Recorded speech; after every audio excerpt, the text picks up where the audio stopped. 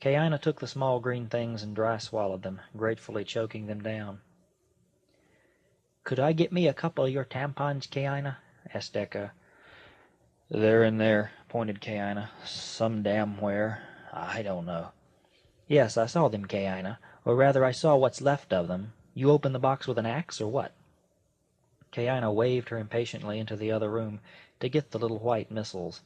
She took 3 of them because that was what it usually took. Echo wasn't like Kaina. She only spotted, and was sort of proud of that. It was much more womanly to spot than to hemorrhage like a stuck pig, like Kaina did. Echo's mother refused to buy her tampons. She said they gave girls ideas that they didn't need, and so Echo had to wear bulky old pads to gym class. Echo hated when the boys were looking at her funny, wondering what she had down in the front of her gym shorts. That was just more of Mother's idea of daughterly torture. Kaina soon felt the witchcraft and the little pills take over, and she moaned in relief. "Feel better?" asked Echo, slipping off her jacket. She was going to do something. Echo walked over and started running water into the tub. The sound of the water made her friend hide her ears until the water level was high enough to mute it a little. A lost look came across Kaina's face as Echo helped her into the warm water. Echo started bathing her. "You're looking good this morning, Kaina," said Echo as she rolled up the sleeves on her Scorpion's Worldwide Live sweatshirt. She began to soap Kaina's breasts and belly gently with the sponge. "You feel 18 yet?" Kaina managed to open one eye a little. "Not with you bathing me, I don't," she said sourly. As Echo squeezed rinse water on Kaina's now erect nipples, sending warm water onto her shivering body, Kaina very sweetly took Echo's wrist and kissed it against her quivering lips. Echo was very much moved by this. "I love you too, Kaina," said Echo, after a comfortable silence. Echo finished bathing Kaina and helped her to stand. She dried her off with a terry-cloth towel and got her some clean underwear from the other room. "Come on to bed now," said Echo, rightly knowing to lead her into Kelly's room in favor of her own. "Wait here. I'll go get you some Alka-Seltzer." Kaina nodded and closed her eyes. She laid down on the bed. When she opened her eyes again, she heard a powerful fizzing near her ear. "You're lucky you don't have my mom," said Echo, handing her the Alka-Seltzer. "She'd beat you for this. I don't see why you can't enjoy the peace and quiet. It's marvelous to have a place of your own. I mean, really, it's not like you and Kelly are sisters, not like me and you. Kelly gets pissed at you, you take your pants down and she whips you. You never outgrow your mother, you know that.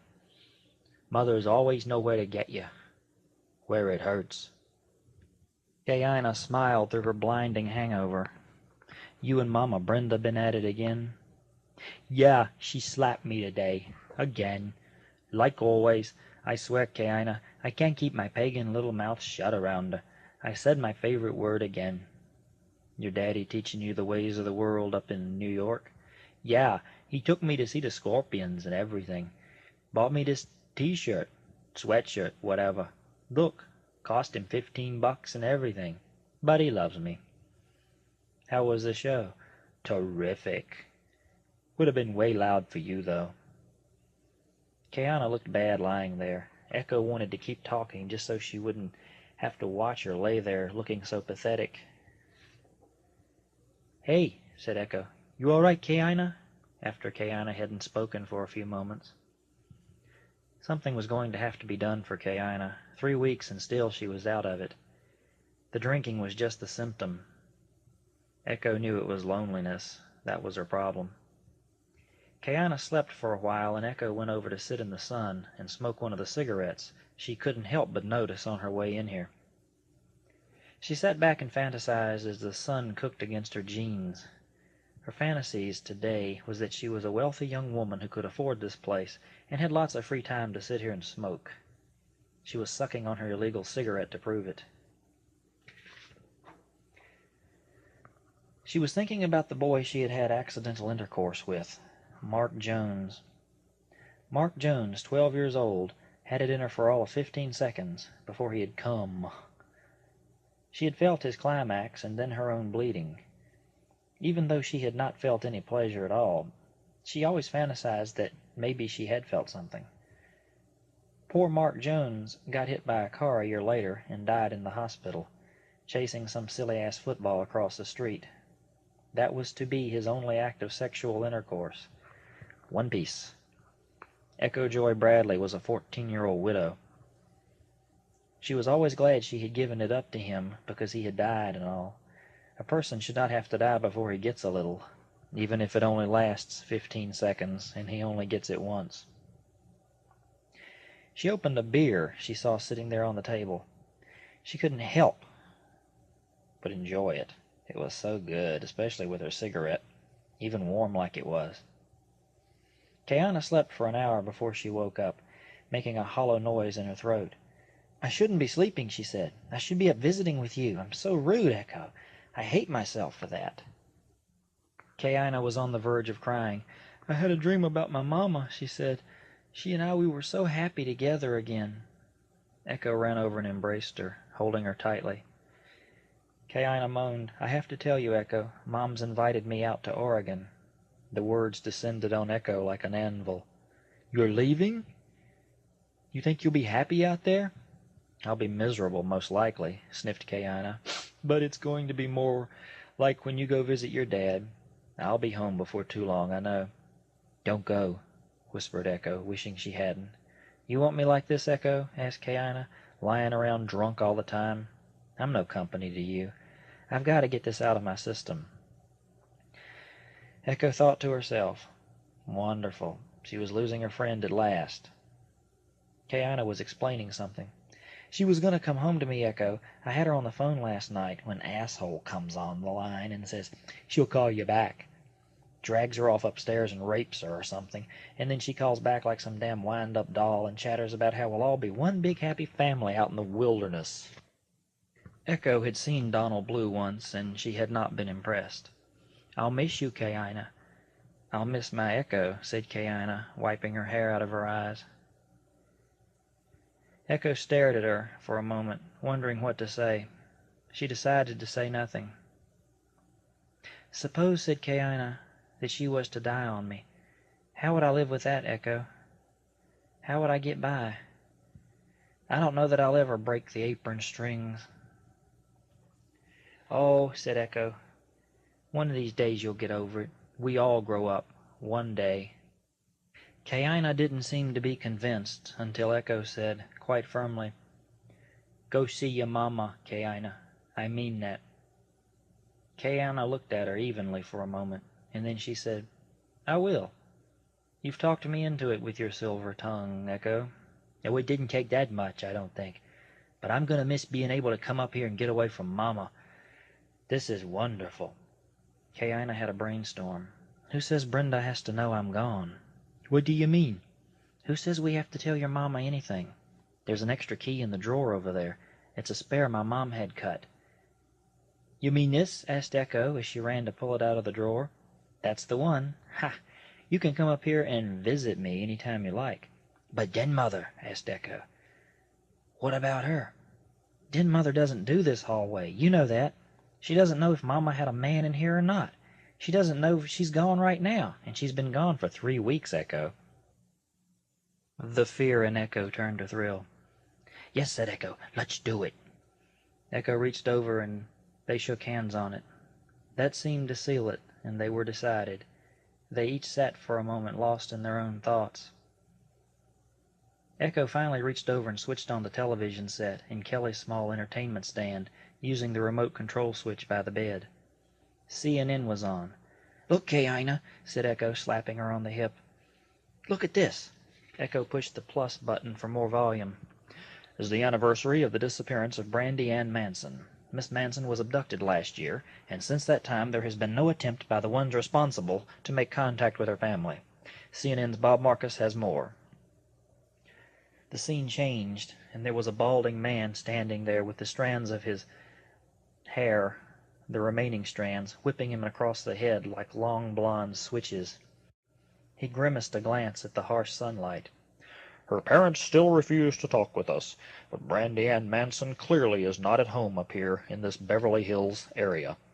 She has been gone for a year now, and the police are mystified." There has been no report of a request for any ransom, nor has there been any contact at all with her abductors. Brandy Manson is now just a memory around here. Her mother, Theona Ray, is in retirement here. Her father, Thomas Andrew, still publishes an occasional piece. But their daughter, who carried the family name deeper into that old black magic of video performances, is nowhere around. Brandy did a cult string of classic budget flicks that depicted her as a rebellious teenager with a very abusive mother over whom the actress usually succeeded in winning. The movies include Not My Daughter, Adolescing in Agony, and Rage of Innocence. These 3 films are to be released this year on video labels nationwide. "Hot damn," said Echo. "I gotta rent those." Brandy Ann Manson was Echo's idol, her heroine. Echo had seen all 3 of these movies with her father in New York, and if her mother ever found out that she had seen anything like Rage of Innocence, there would be no more visits to New York. All of Brandy's movies were considered very restricted. "What's it going to be rated?" asked Kaina. "Screw it," said Echo. "If it's R or something, you rent it for me." "You don't like her, do you?" asked Echo, after a moment. "No," said Kaina, watching the screen. "Look at her and you'll see why." Brandy's publicity stills were up. Brandy was standing there scowling her trademark scowl that said, "You can't hurt me. I'm too tough for that." One scene showed her with the defunct group Motley Crue in a publicity stunt for MTV. One of them showed her French kissing this long-haired boy in Central Park. Brandy had been living in New York at the time of her abduction, and it was from a place near Central Park that she had been nabbed by a person or persons unknown. "That's just an act, I'll bet," said Echo defensively. "She's no more a whore than I am. She just dresses it." "You'd be surprised, Echo," said Kaina. Kaina could feel Echo stiffening, even from here. "I'm not a whore," said Echo, "and look at the way I dress." "You're not 25 years old either, Echo," said Kaina, overstepping a good deal. "When you get to be 25, will you still dress like they do over at Thompson Junior High?" "If all my friends still want me to, yeah, I will," said Echo. "I'm sorry, Echo," said Kaina. "I'm just being an ass. Forgive me." "I forgive you. You're OTR this week, and everything's forgivable when you're on the rag." "Thanks," said Kaina. "I wouldn't pick on you like that if I didn't love you. You know that?" "Yeah," said Echo, looking back at the television, "and I wouldn't put up with it if I didn't love you back." The last movie that Brandy starred in, Where the Bad Girls Go, was never shot in its entirety. But all of Miss Manson's parts were done in advance. The rest of a plot line is being constructed at this time to have the movie ready to release soon. A spokesman for the picture said that just a week after Bad Girls was shot, Brandy Ann Manson disappeared and has not been seen since. "She was with us one minute, and then she wasn't no more," said one of the less than credible-looking witnesses who were being interviewed. "There was somebody, yeah.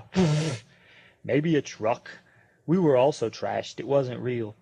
All I remember was there was this man, I think. Anyway, he had a gun. I'm sure he did at the time. Maybe he wasn't there at all. But I saw something. We must have had some good stuff, 'cause I don't know, it's all cloudy. We aren't usually this airheaded.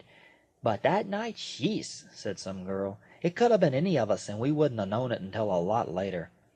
Kaina felt anger within her.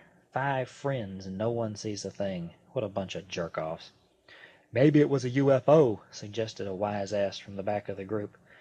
"Maybe you ought to be held and questioned," thought Kaina to herself. "Some friend she had," said Kaina. "You don't know New York, Kaina," said Echo. "Up in New York, they could be cutting your throat down on Wall Street at high noon, and 10,000 people wouldn't even stop to watch." It's bad. Whether or not we will ever know what happened to Brandy Ann Manson, or Bam Bam as they called her in the business, one thing is perfectly clear. Brandy was going places, and she would have been very successful if only time had dealt her a little while longer. Tom? Thank you, Bob. If any of you has any information which might lead authorities to Brandy's location, you may call us here at our toll-free number, 1-800-127-2634. That's 1-800-1-BRANDY. In other news, a spokesman for the State Department said today. Echo cut the television off. I hate it that she's gone like that. I know you do, said Kaina. It's bad when somebody gets snatched like that. Bam Bam, said Echo. That's what they called her. Brandy Ann Manson. Bam Bam. Echo said that if she was just now figuring it out for the first time. Echo was rubbing her jaw and staring off into space. Poor kid. How could her mother belt her like that? With the braces she was wearing, the insides of her jaw must look like hamburger. Kaina felt her menses driving her to an unaccountable anger. It was at times like these when she felt the most male she would ever feel. But she said nothing to Echo about these territorial urges. The tampon box was testament to that fact. She smiled and felt herself draw up in a knot. Her gut ground itself into tight little wads as it withstood the chewing and spitting of her little womb. Her womb was working up a good deal of blood for her, and it was making Kaina crazy. She masochistically bore down against the pain and pushed hard. It seemed to make it a little bit better for some reason. She wondered, how in God's name did someone like Donald Blue have the guts and the balls and the right to come and take her mama away from her? I want to kill him, she decided. But then she thought about poor little Echo and poor Brandy Manson. Their mothers weren't real at all. At least Kaina had had Kelly for a few years. Poor Echo. Poor Echo. She never knew a mother. When she made her movies, I was a little girl when she first appeared in the scene. It was on a Murder, She Wrote, I think, or maybe another show. I don't recall, but I do remember seeing her face in a bit part. I missed the credits when they rolled. Echo had been talking, and now Kaina caught on to the conversation. How did she become discovered? Asked Kaina, trying to fill the way in the conversation that Echo had been taking it while she hadn't been listening. Thumper Magazine, of all things. What's Thumper Magazine? Asked Kaina, adjusting her pillow vibrator so the small motor hardness would push right in at the angle she needed it.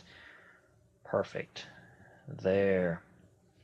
Echo blushed, deep in crimson. Kaina's eyes widened.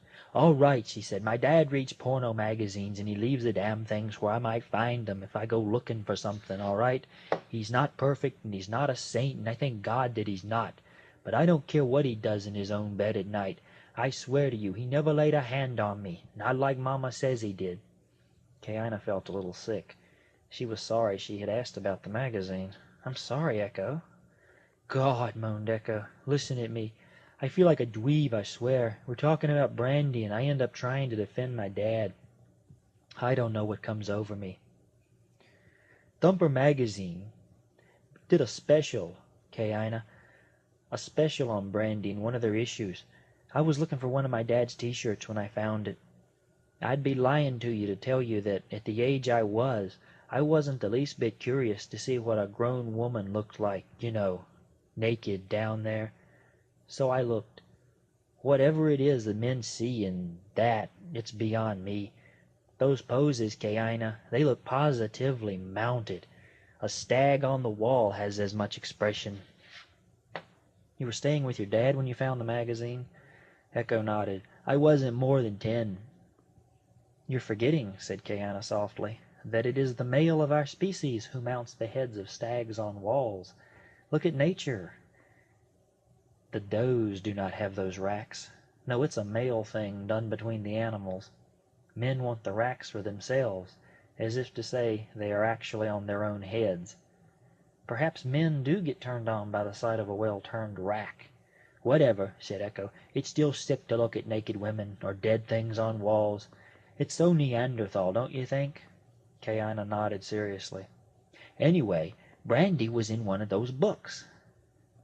She was in one of the specialty sections like they do in Penthouse. It was like an interview with it. A picture of her on location shooting Not My Daughter. I sort of tore it out and saved it. Kaina covered her hand with her mouth and giggled slightly.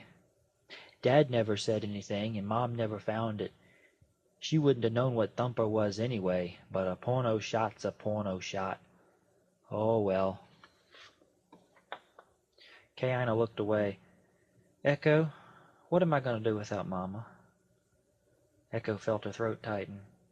She moved close and made a staggering confession. You're going to realize that I want to take her place. You're going to realize that I'm worth something to you like your mama is, but you won't realize it until you're gone on this journey to Oregon. One night you'll wake up and miss me. And because you'll miss me, Kaina, I'll mean something to you. You mean something to me already. Echo looked away, her eyes glistening. I'll be here missing you, and you're going to make me eat all my words I ever said to you, Kaina, about growing up and being your own woman. I'm going to have to shove every one of them down my throat and swallow them, like a bad girl whose mouth is full of soap for bad language. Kaina was stunned at her comparisons. I've got to do it, so there's no sense in lying to you, Kaina. When you leave, I'm going to cry my eyes out until you come back. Then I won't go, said Kaina. Echo placed her small hand on Kaina's mouth gently. Shh, let me finish. Because you want to go to Oregon, you don't realize how much I mean to you yet. Because you were going, you don't know how much I mean to you. I understand why. You miss your mom. But if there's a woman in this world I don't mind taking a back seat to, it's Kelly. She's a great lady, and we both know that. But I'm a good girl too, Kaina, and one day I'm going to be a great lady, like Kelly and Mrs. Cherbourg. They're great ladies. I don't have to be like my mom. I can be different. I choose to be different. So you go and see if you don't miss me. If you don't, then I'm wrong, and I'll have to try much harder with the next friend I have. I want someone to miss me once in a while, Kaina. Kaina's lips parted, but she didn't say anything. I need someone to need me badly, like you need Kelly. You be sure and tell me if you cry or not when you get back. If you come back. Echo felt Kaina pull her down on the bed, and Kaina kissed her face. You are loved, Echo. Never take that for granted, said Kaina. I have to, Kaina, until I see otherwise. I can't be making people feel things they don't feel. It has to come from them first. I'll prove it to you, Echo, said Kaina. You just watch and see. I'll cry for you. The evening sun was a very few hours away, and slanted through the window like it was nearly 5 o'clock, even though it wasn't. Echo looked up. Kaina lay back as Echo sat beside her on the bed. Both were lost in their own thoughts. Finally, Kaina looked up at Echo. Whether or not my mama is the same, Echo, I still want to be with you. I mean that. My mom has her own life now, but you're part of mine whether you know it or not. Echo looked back, and there was a glimmer of hope in her young, impressionable eyes. I picked you as my friend, Echo. I didn't pick my mother. It's kind of like learning you're adopted, and then learning how extra special it is to have been adopted. Somebody loved you enough to take you, sight unseen. Echo's face was grateful. You mean that, don't you? Scorpios don't lie, even gray lizards like me. Kaina had given out, and Echo placed her head back on the pillow. I want to visit some more, said Kaina, her eyes closing on her. I won't leave you, said Echo softly. Kaina fell asleep again. Echo reached over to get the latest copy of Cosmopolitan, while her friend caught up on her beauty sleep. Echo stayed with Kaina for another hour, when she realized that Kaina was not going to be awake for a while. All her medications were kicking in. The little green pills did do a number on you. Drowsily, Kaina looked up at Echo, who was bending over her. Goodbye, Echo, said Kaina. Call me later? Sure thing, she said, heading for the door. She was almost out of the bedroom when she remembered the front door had been unlocked when she arrived. Kay, I put your house key on the table. Her friend was asleep again. You'll find it when you get up. Echo shook her head and left the apartment. The apartment here would be like a womb, she thought. Even without Kaina here, she would definitely come and visit. A place where I can come and get warm and get away from my mother a few minutes. I'll be in Kaina's private little womb. A womb with a view of the courtyard. She walked down the steps and headed back towards her own apartment. Chapter 4. Betty Marshing stood below apartment A, number 215, and shook her head. She had told Barbara 1,000 times not to hang her unmentionables out on the lines.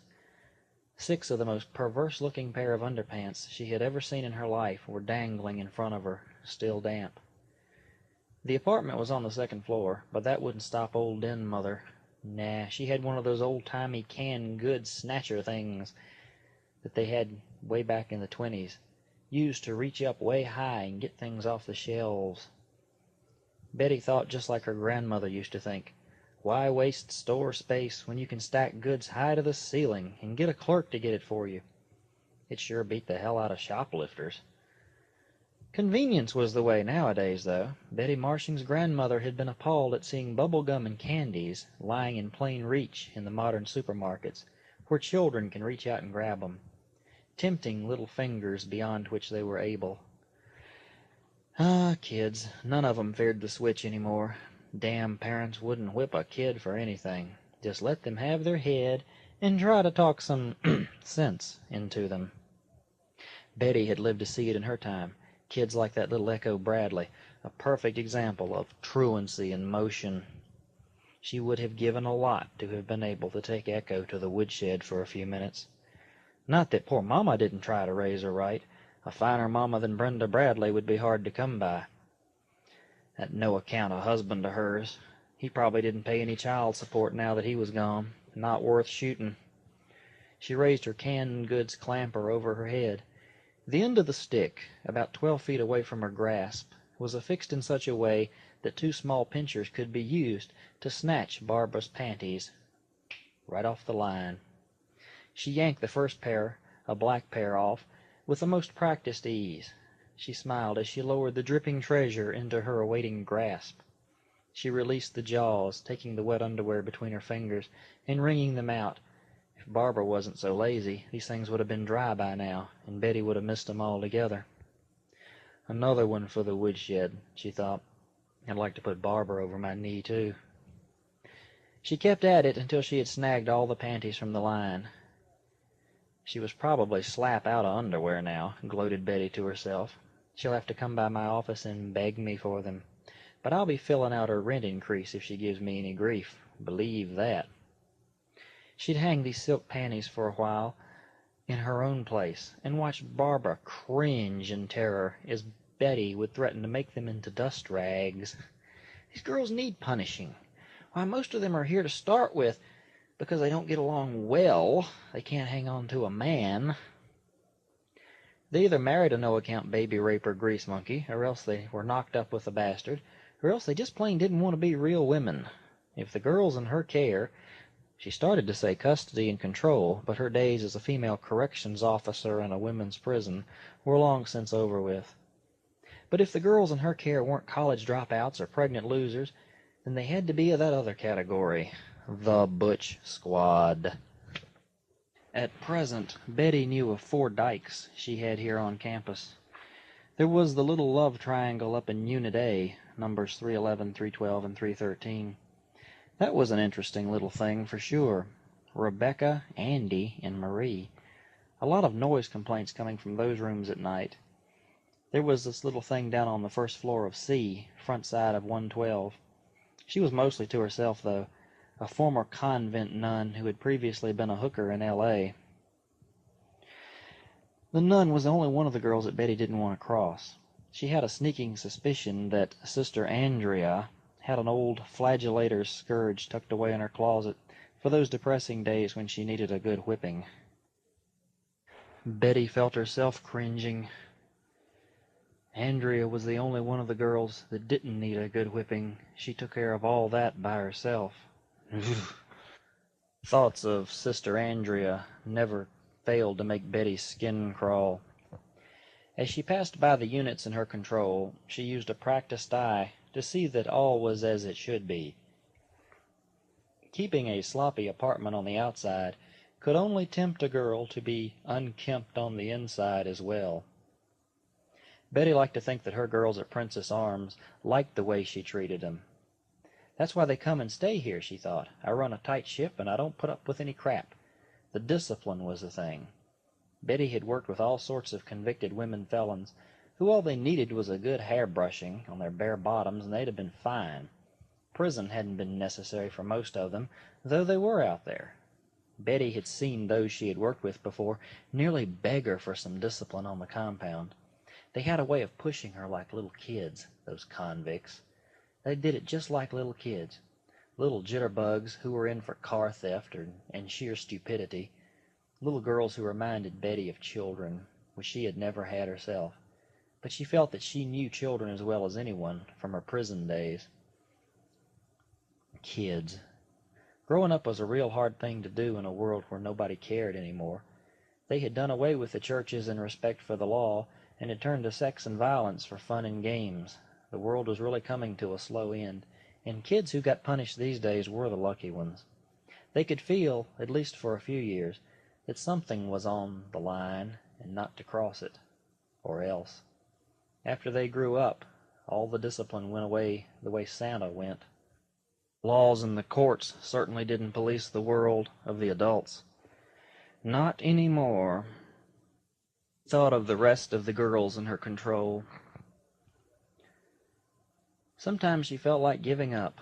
It was always tiring to have to remind Sue Ann not to run so much water all the time.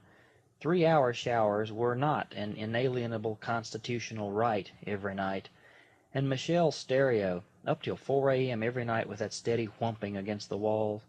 Have to jerk a knot in her prim little behind, or she was going to be sitting out on the street with her Springsteen CD folded 3 times sideways rammed up her butt.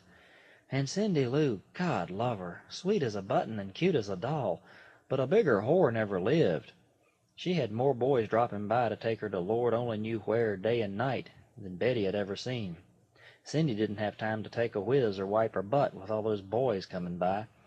Betty had counted 4 different boys in 1 week, and more boys after that. It must be that insane piercing giggle of hers that attracts them like flies. Betty felt her back twinge again, twice this week. Damn, old age hitting her in the ass. Better pour a double blackberry brandy this evening. She hadn't seen Kelly lately. This didn't worry her too much. Kaina was a big girl, and she should be on her own by now anyway. You can't baby these kids or they start acting neurotic. Neurosis was a lot of hooey, according to Betty. There was no such animal as neurosis that a swift kick in the ass couldn't cure. Kaina looked delicate, and she might even be getting fat living up there all day by herself. Might have to go check on her and ask her why I don't see Kelly anymore. Nah, her rent's paid on time. Maybe later. She looked up at Unit C, number 309. She thought she saw Kaina's larger shadow go by, but she definitely saw the little Bradley girl silhouetted in the window shade. Now what in the world did Kaina see in Echo Bradley? She hoped that Echo wouldn't corrupt Kaina with her heady, belligerent ways. She shook her head and went on towards her office to dry Barbara's panties. Kaina had seen Den Mother walking below them and had come away from the window quickly. Echo, who was up here again today visiting, felt a chill go through her. Is she coming up here? Oh, Lord, I hope not. If she sees me packing and my mama gone. They let the cold fear of that sink into them like steel-trap teeth. They would have no way of explaining Mother's absence at all. Fortunately, Betty never came up here, so why did they sweat her coming so much? Neither of them knew, but they did. Kaina was feeling better today, and Echo wasn't looking so good. She had just finished lying to her mother, and that always gave her the shakes. Echo had had a chance to go to the mall with her mom, but she had turned it down to go and see Kaina off today. You go and see her all the time, Brenda had told her. Come on, go shopping with me today. It was one of the rare days that Brenda had been in a good mood, and Echo had known that a Haagen-Dazs ice cream might have been in the works. But Echo had turned her down. She regretted the lie, and she regretted the missed opportunity to have a good day with her mother, but she couldn't let Kaina be all by herself today. Any day but today. Today, Kaina left for Oregon. What's with the arcade change? Asked Kaina unthinkingly, as she saw all the change that Echo had in her pockets. You hit the triple lemons, or what? Echo looked at the floor, ashamed. I broke my bank for these, she said quietly. Kaina gasped. Visions of the little pink pig lying in shards was just too much for Kaina to handle. Echo loved her little pink pig a lot. Kaina felt weak in her stomach. "Why did you do that?" asked Kaina. "Why did you break your little pig?" And then the answer hit her between the eyes. Echo wanted to ride with her to the airport. "I have enough to go with you, I think," said Echo, hefting her change and causing this furious lump to come up in Kaina's throat. "You're too much, Echo," said Kaina. "You give up your little pink pig, and you give up a Haagen-Dazs ice cream, and you think I'm going to let you pay your way to the airport? No way. You ride for free. My treat." Echo beamed. "Great! Now all I have to do is explain what happened to my little pig. Mama's going to want to know. I'll be in trouble."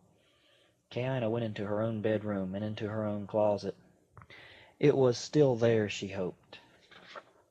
She reached up into her closet, and there it was. She pulled down a very old, very dusty pink pig, exactly like the one Echo had just broken. Echo came into the room, and tears of joy came into her eyes. "You still have yours! I thought you lost that a long time ago." She got the pig and handed it down to Echo. Echo accepted it as repentantly as she could, and hugged it as if she had done her own. The cute little ceramic face was still as cheery as the one that Echo had just smashed into a million pieces. "For my friend," said Kaina. Echo's eyes widened. There was about $5 in quarters inside the fat little belly. "You mean you'll let me have yours?" asked Echo, "after I've treated my own pig very badly?" Echo's eyes watered furiously as she wept. She fell against Kaina's jacket. Kaina held her close like a baby for a moment, kissing the top of her head. Echo was literally bawling her eyes out now. There was no stopping her. She was off to the races. They sat down together for a while, both of them crying. Finally Echo sat up. "I can't stand you leaving me, Kaina. I'll die. I swear I'll die. I hate it here." She snorted out a small amount of snot that clung to her nose like an infant might have. She tried to re-breathe it in a slup-sucking inhale, but it didn't work. It was too heavy to retract. Kaina smiled and reached over to get a Kleenex out of the box on the dresser. She held it under Echo's little nose and very softly told her to blow. Echo blew and trumpeted the rest of it out into the tissue. Echo sniffed and thanked her. "I feel like such a hypocrite," said Echo. "I swear I do." "No," said Kaina, "I do. I see that Mama's fine and you're the one who needs me." She took out her plane tickets and sighed. "You read this, don't you, Echo? It says round trip." Echo smiled and touched her arm. "Thank you," she said. Kaina got right down in Echo's ear, and she whispered to her friend some very nice things. "Listen, honey, I'm going to come back to you, I promise. I know that after all I said about my mama and all, you don't believe that. I know that one of your friends told you the same thing before she moved once, but I mean it. Have I ever lied to you, Echo?" Echo shook her head no. "Well, I'm telling you the truth. You have shown me something that I haven't seen before. You're more than my friend, Echo, and I've taken you for granted way too often." The two girls looked at each other for a long moment. Their friendship would never be in question again. Now they were welded together at the soul. Tears, tears and more tears would fall between them, but now was the drying time. The time when they stood, soul naked, before each other, wiping at their red, swollen eyes. They knew the truth now, the truth that self-respect must come before a love of another, or else no good bond can ever be made at all. They were each trying to get the other to love herself, so that the love for the other would be strong and unafraid. Unafraid of Betty Marshing, unafraid of Brenda, unafraid of the new marriage of Kelly Abercombe Blue, unafraid of anything in this whole wide world ever again. It was a beautiful feeling to want to be unafraid like that, and this time they had conjured it between them. This time it had worked. They held hands and smiled. Within their shining eyes they knew it now. They knew that their love must be tested by this new absence of Kaina from the life of little Echo, and from Echo in the life of Kaina. But Echo was seeing that Echo would be missing from Kaina as well, and she felt confident Kaina would come back to her. Echo said it first, and no explanation was needed. "I'm not afraid any more." "Neither am I," said Kaina, meaning every word of it. Kaina reached down and kissed her on her lips. Then she turned and went into the kitchen to call the cab. The cabbie had loaded their things into the trunk. Kaina gave a nervous glance back up the short driveway leading to the Princess Arms apartments. She didn't think they had been seen coming down the back stairs of Unit C and out onto the main road. She had told the cabbie not to pull into Princess Arms apartments, but to meet them behind Unit C there. Here they were hidden from the office in the courtyard, and the only way Den Mother might have seen their processional would have been if she had taken that particular moment to inspect the back side of Unit C. Not likely that she would do that. Echo and Kaina were now in the back seat of the cab. The cabbie got in, set the mileage lever to 0, and began computing the miles to the airport. Echo had her dirty little pink pig right on her lap, holding it tightly as if it held the very life and soul of her friend deep inside its pot belly. "This $5 or so you have in here, Kaina," said Echo, "is safe. You can believe that. No matter how much I ever need this money, I'll swear I'll never be able to smash this little piggy. Please don't think I will." Kaina smiled at her. "I trust my money with you, Echo." By referring to it as her money still, Kaina knew that Echo would feel like she was coming back for it, and she still had ties here in Canton. Echo was licking her fingertips and wiping the dust off the little pig's face. Under all that dust was a nice new pinkness. They were both a little bit cold in this cab. They had their coats on their laps nonetheless, because the cabbie had put the heater on high for them. Under their coats they were holding hands. As they began to feel the heat circulate back to them, the cabbie seemed more in tune with the low-level songs on his radio and wouldn't be listening to their conversation. "You use our place, Echo," Kaina was saying. "I mean that. You go in there if you get to missing me too badly, and I'll cinch you from where I'm at. I'll be there with you." Echo giggled. "You really will?" "Sure, I'll be there with you in spirit." "I'm glad you're letting me do that, Kaina. Is it all right if I get up on your bed and hold your pillow and wait for you to come back?" "Sure thing. You read all my books, too, if you like. A new Cosmos should be by the house soon. Take it and read it. Act as if you own the place. And try to keep Den Mother from suspecting, will you? Cut on some lights in there or something." Echo nodded. "No problem there." "It'll be nice to have a place to escape the fact that I'm 14 for a few minutes, Kaina. God, did you ever get sick of being 14 in front of everybody all the time?" Kaina nodded. 14 was a bad age, but as Echo would discover, 15 was worse. In fact, things were all downhill until 18. After she got to be 18, 20 looked good, and even 24 probably. But there was this new fear that Kaina was noticing lately. A fear of time slipping by faster than she was able to measure any more comfortably. Kaina had a sneaking suspicion that it would only pick up speed on her the more she went. The thing from Kung Fu came back to her again, the lesson of Kwai Chang Caine by Master Po. "With each loss there is gain, as with each gain there is loss." She looked at Echo and wondered what she was gaining from such a loss as her friend. It seemed ridiculous now, but the closer that Kaina got to her mom, the farther she got away from Echo. Ah, the lessons of Kwai Chang Kaina. Grasshopper. "You know, it's funny," said Kaina, "but you've made me start missing you as much as I did Mama before." Echo brightened. "Good," she said. "I want you to know this hurts. I'd rather take a whipping than go through this. You know that?" Kaina smiled. "I don't mean to hurt you by leaving, Echo." "No, but you did anyway. But that's all right. I think I learned something when you were holding me back there a little while ago. I learned that my love for you isn't depending upon you being here, in the same place all the time. I can still love you wherever it is you go, and when I miss you, that means I still love you. Sure, it's an ache, but I really believe it'll be a sweet ache." Kaina looked at her questioningly. "It's like this," said Echo. "I think it will be like this. I hope it will be. I figure that there are good aches and bad aches. Like when I want a boy and I'm turned on." She lowered her voice so the cabbie wouldn't hear her. "That's a good ache. But when I hurt my knee in gym class, that's a bad ache." "You think I'll be a good ache, Echo?" Echo's smile faded near the corners. "If you'll write and keep in touch and sneak me a phone call every once in a while, if you'll come back soon and keep promising that you will." Kaina looked at her. "How will that make me a good ache?" Echo's little lip trembled. Kaina had out-questioned her. Echo had no idea how Kayana might be a good ache at all. She was just talking to keep up the conversation. Kayana closed her mouth and looked up. They were at the airport. When the cab came to a stop, Kayana jumped out at the American Airlines skycap.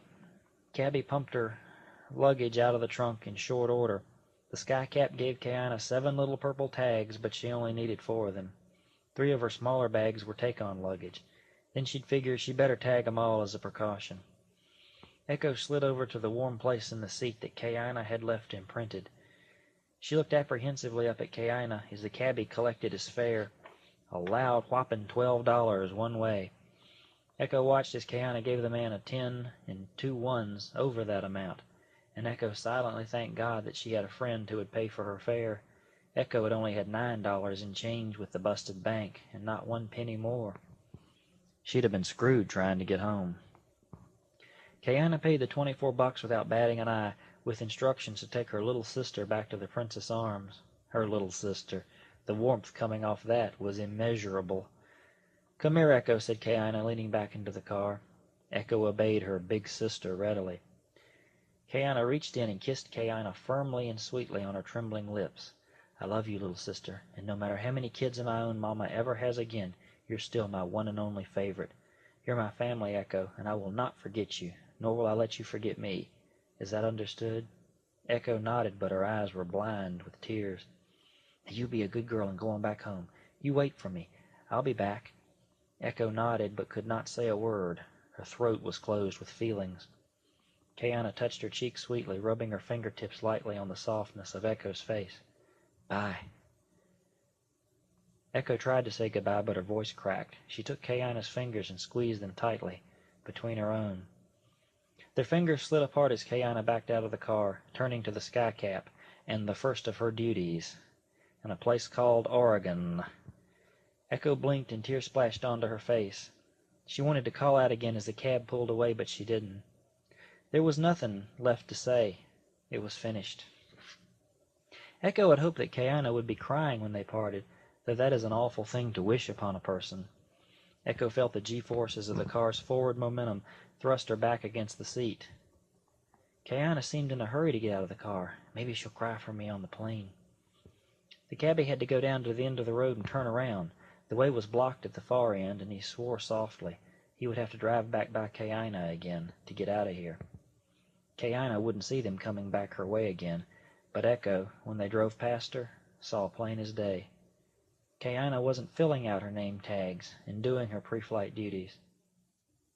Kayana was crying. Echo felt like she was a ghost of herself, looking back into the land of the living. There was Kayana, taking up her own time now to cry for little Echo. Real tears, thought Echo, as they drove by. Wow. Echo felt herself shoot out of the airport parking lot, but she chanced one last glance back towards Kayana. She had a purple handkerchief wiping her eyes on it. The purple handkerchief! The one that Echo had given her once for her birthday. The one that she had bought with her own money. The nice, expensive silk one. Echo didn't even know that Kayana still had it, but she did. And now she was actually using it to cry tears for Echo. That Kayana, she never threw anything away. Not little pink pigs nor purple handkerchiefs. Nothing. She held her pig close and prayed for Kayana's safety. As she prayed to God, that wonderful self-hypnosis of prayer fell across her. She knew that God would hear her, and she felt that he would answer her. God was like that. He didn't get in any hurry, but when you least think he's there, that's when he puts in an appearance. Kayana had convinced Echo that, like the kingdom of heaven, Kayana was within her, deep inside of her. After all, there were 10 years of Kayana Erbicum in the soul of Echo Bradley, and the other way around. Like a videotape. Their lives in each other may be gone, but not forgotten. They were inseparable now. Echo lay back against the plastic seat as it twisted and turned beneath her in the maze of traffic ahead. She closed her eyes tightly now to try and keep as much of Kayana inside of her as possible. Chapter 5. Kayana finally got her car. It had taken her nearly an hour, but she did finally get it. The problem was simple. Kayana was not old enough to rent a vehicle. She was only 18. The law required she be at least 21 years old to rent a car. The plane had landed 90 minutes ago, and Kayana could still see it as it sat against the building, connected to the terminal by an accordion-like hall of off-white fabric.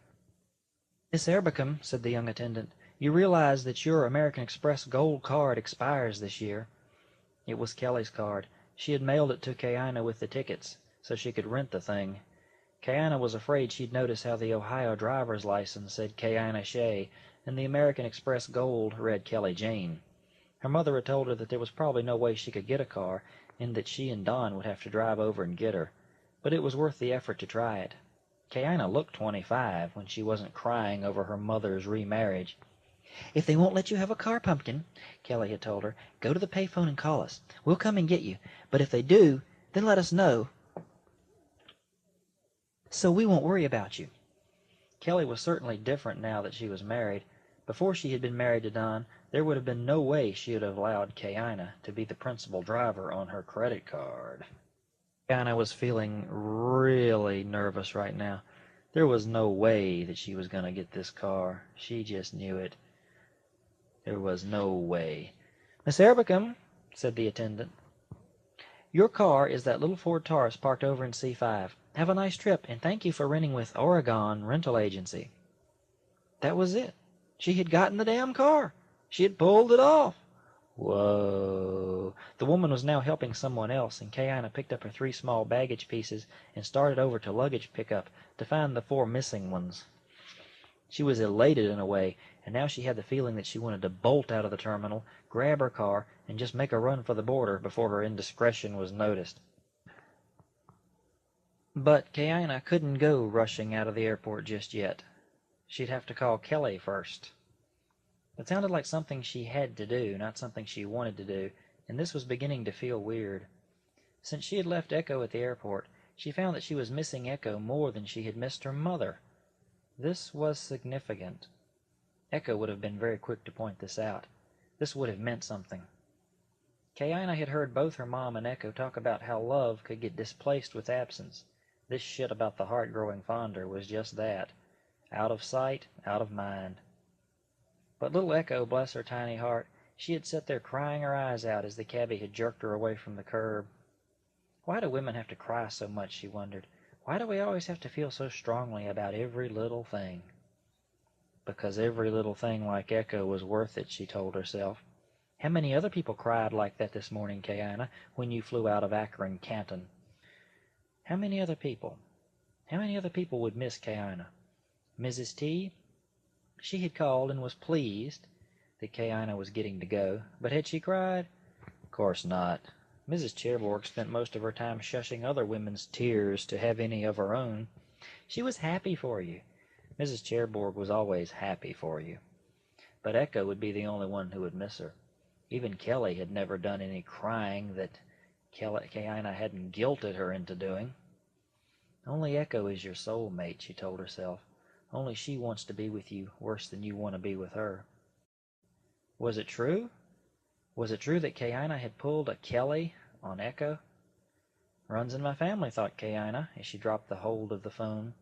It dangled on the end of its silver rope like a hanged man might jerk and bounce when the trap door is released. She picked it up, blushing at her own clumsiness and at her own guilt feelings. She hated feeling guilty. It was like feeling naked. She summoned the operator and made a collect call to Ashwood, Oregon, to the residence of Mr. Donald Blue. The 1 moment, please, turned into 50 seconds as an uncomfortably rural hum came over the less than fiber-optic phone lines that connected Ashwood with the rest of the planet Earth in the 20th century. Kayana felt her skin crawl as she imagined the rurality in which she was about to immerse herself. The price to see Mama again would be damned high, and she was now beginning to see that it was almost too high. Between losing Echo and gaining this flannel-bound farmer, Kayana was still stunned that she had chosen him, even if the consolation prize was Mama. "I have a collect call from Kayana Erbickham. Will you pay?" asked the operator, as if the payment would be a pound of flesh or something atrocious like that. The way she said it made it that way. "Will you pay sounded like, "You will pay if you take this call, O foolish mortal." "Yes," said Don's voice, and Kaina nearly chuckled into the phone. It was so funny to hear Don say that he would pay for something that Kaina had done. The usual turn of events had Kaina paying for Don's activities, namely those with her mother. Somehow Kaina didn't feel guilty about his having to pay for her call. It was like paying for Mother's fornicating with him. "Hi, Don," she managed to say as the operator faded on the line. "Is Mama in?" She realized that sounded cold, but that was who she wanted. She had been so instructed, and if she sounded less than glad to talk to him, well then, damn it, she was less than thrilled to be talking with him. It was his fault that she had to make this call to come out here and to stay with him to begin with.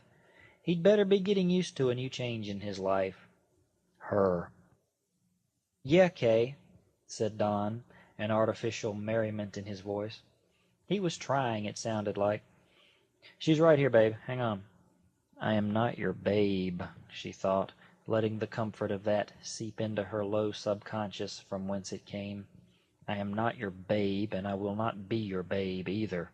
Ever." The thoughts of Echo's father possibly molesting her came into mind, and for a brief moment Kaina had a disturbing vision of Don creeping into her bedroom at night to try and seduce her. He knew she was a virgin. Kelly had not been one, but her daughter was. Yeah, the little bastard was a virgin. He might want to get him a little taste of... "Baby?" asked Kelly, the thrill in her voice genuine and unmistakable. "Hi, Mama, it's me." Colder than before. Was it jet lag? Or did she not really feel like talking so much right now? Was the price of Echo now a weight on Kaina as much as the absence of Kelly had been? Whatever. She just had a feeling that Mama in Oregon wasn't Mama in Ohio with Echo. Out here it was like Kaina was paying for the privilege to see Kelly again. Maybe it showed in her voice. Kaina just couldn't help it. "Baby, we miss you," said Kelly, and Kaina groaned in her spirit. "That's not the truth. You miss me. He doesn't." "I'm on my way, Mama. I got the car." She heard Kelly yell to Don that she had the car, and Kaina felt her eyes roll up in her head. "Talk to me, Mama," she thought. "Talk to him later. It's his dime I'm talking on." Kaina realized that phone calls hadn't been a dime in years, but the expression remained. Oh, if only people lasted like their expressions did. "Good, baby. Did you have any trouble getting the car?" "No, all they said was my American Express Gold expires this year, and that I needed to know that. They called me Mrs. Erbickham." Kelly laughed nervously. "So you did get the car. What is it?" "It's a Taurus, Mama," she said, checking to make sure. "All mine." Kelly laughed conspiratorially with her daughter, but then she was quick to add, "You take that first ramp, Kaina, and then you just go straight on to 26 exit. It's not difficult, really. Once you hit 26, stay on it until you reach 97, northbound. From there it's Willowdale and over to Ashwood. You know then to take that first dirt road, and we're the only thing on it. There's even a sign that says Blue Dairy Farms, from when they used to have cows and milking facilities. It'll be easy for you, Pumpkin. I know it will. You know your Mama wouldn't let you attempt anything that was going to be dangerous." "I know, Mama." "Good, and don't diddle, young lady. They say there's a blizzard brewing up in the Ty Valley area for tonight. It'll be here tomorrow, and I don't want you driving in any snow at all. You don't have the experience to handle a car, and—" A blizzard. Terrific. Being snowed in with Don would really make the place one massive pressure cooker of emotions. If he couldn't get out to his beloved barn garage, they'd all be ready to kill each other inside of a week. They'd have one of those current affair things done, where some mysterious killer came and killed and left them dead, taking nothing of value. Then it would be discovered that they'd just killed each other out of cabin fever. "Really would like to have you driven for a few years, Kaina, before trying to drive all this way, but you know we really hadn't expected you to be out here, and blah, blah, blah." Kaina felt like holding the receiver well away from her ear until Kelly got through the monologue on safety and driver awareness. She stared out at the plane she had ridden on, and she noticed the baggage conveyor right next to this phone, where she had moments earlier unloaded her bags. She had all 7 of them so she could pull them by herself, and as Kelly rambled on for a few moments about emergency procedures, Kaina mentally calculated the sum total weight of all her bags, and about how much straining she'd have to do to get them to her car. 2 big bags on the handcart, a third strapped to the underside, another shoulder bag bungeed across the top of the other 2 larger ones that made 4, a pair of other shoulder bags on each shoulder, 5 and 6, and the last bag she had was just the condom-like skin of the handcart, not really a bag at all. Beautiful. She'd do this with ease. I'm built like a damn Clydesdale anyway. So you won't be too long in getting here.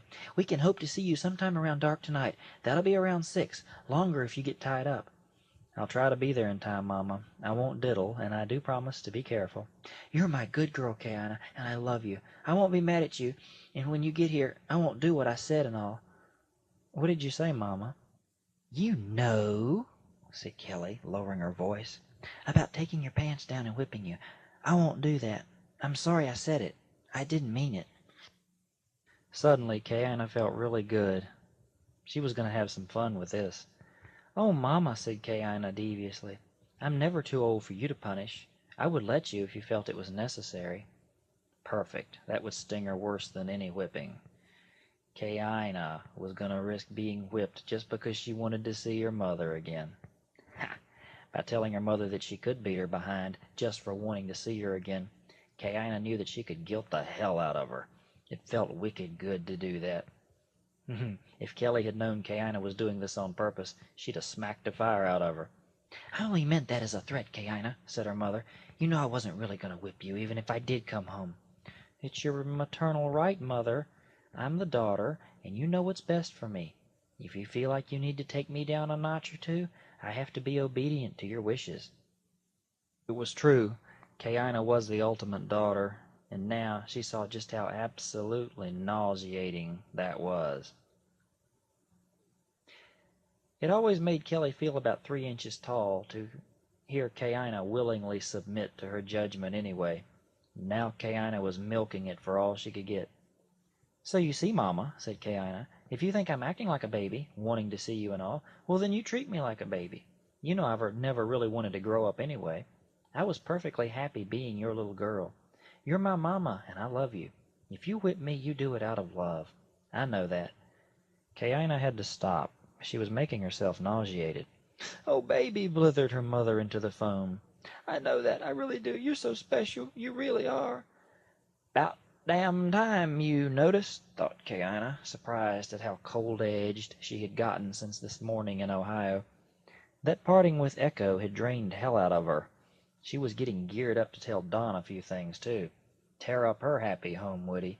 Get her the threat of a whipping, just to see her own mama again. Mess up her karma, would he? Did he think? Just wait till I get out there, Donny boy. I'll take care of you. I love you so much, Mama, choreographed Kayana perfectly.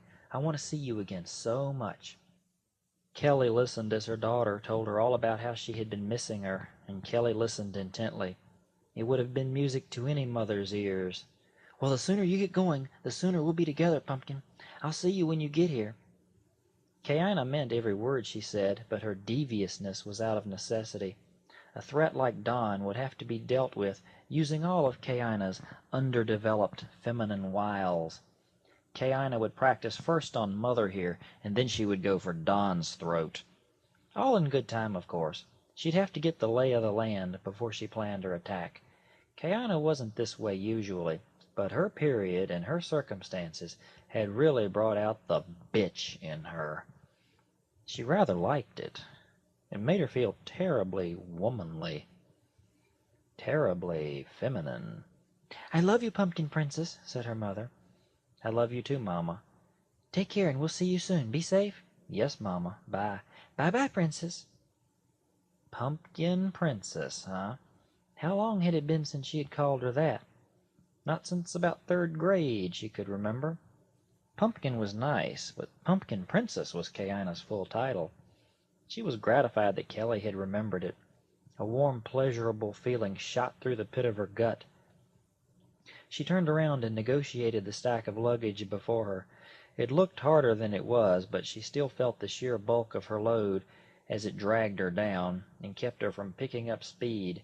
She wanted to get out to parking lot C5 as quickly as possible. She was not very comfortable standing here in this airport. She made her way outside, feeling the cold of the afternoon sun as it was casting a white winter light from above some very effective cloud cover. She thought for a moment of the blizzard and tried to pick up her pace.